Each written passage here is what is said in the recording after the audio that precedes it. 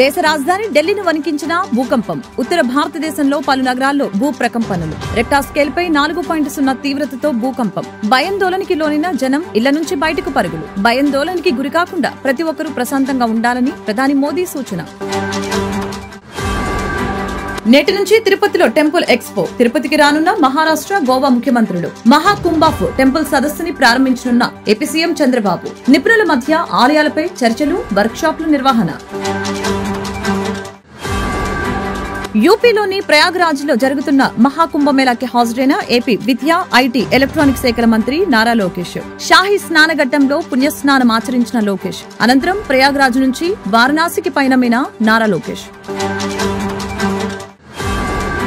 నేడు 71వ పుట్టినరోజు జరుపుకుంటున్న కేసీఆర్ కి సంపూర్ణ ఆయురారోగ్యాలు ప్రసాదించాలని ఆకాంక్షిస్తున్నానంటూ శుభాకాంక్షలు తెలిపిన రేవంత్ రెడ్డి. రాష్ట్ర వ్యాప్తంగా సేవా కార్యక్రమాలను నిర్వహిస్తున్నట్లు బీఆర్ఎస్ శ్రేణులు వెల్లడి. శ్రీకాళహస్తిలో బ్రహ్మోత్సవ ఏర్పాట్లపై హోంమంత్రి అనిత సమీక్ష. సామాన్య భక్తులకి ఇబ్బందులు కలగకుండా జాగ్రత్తలు తీసుకోవాలన్న మంత్రి అనిత.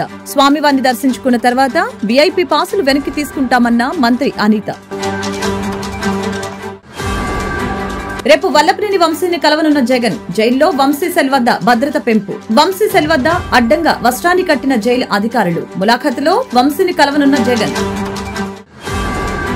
త్వరలోనే పేర్ని నాని అరెస్ట్ అవుతారన్న మంత్రులు కొల్లు రవీంద్ర, కొడాలి నాని పత్తా లేకుండా పోయారని ఎద్దేవా. వంశీ అరెస్టుతో కూటమి శ్రేణుల్లో సంతోషం కనిపిస్తుందని వ్యాఖ్య. మస్తాన్ సాయి వివాదంలో కీలక పరిణామం. ఏపీ గవర్నర్ కి లావణ్య తరపు లాయర్ లేఖ.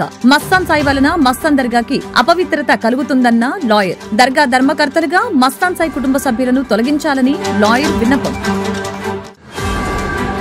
మనీ లాండరింగ్ కేసులో మారిషస్ మాజీ ప్రధాని అరెస్ట్. 2017 నుంచి 2024 వరకు ప్రధానిగా పనిచేసిన ప్రవీణ్ జగన్నాథ్. ఆయన హయాంలో ఆర్థిక అవకతవకలు జరిగినట్లు గుర్తింపు. సోదాల్లో కీలక పత్రాలు, ఖరీదైన వాచీలు, పెద్ద మొత్తంలో నగదు స్వాధీనం చేసుకున్న ఆర్థిక నేరాల కమిషన్. ఢిల్లీ విమానాశ్రయంలో వజ్రాలు పొదిగిన అత్యంత ఖరీదైన నెక్లెస్ ని అక్రమంగా తరలిస్తున్న ప్రయాణికుడిని అరెస్టు చేసిన అధికారులు. అతని దగ్గర 6 కోట్ల విలువైన వజ్రాల నెక్లెస్ స్వాధీనం చేసుకున్న అధికారులు. గుజరాత్ కి చెందిన వ్యక్తిగా గుర్తించి కేసు నమోదు చేసి దర్యాప్తు చేస్తున్న అధికారులు.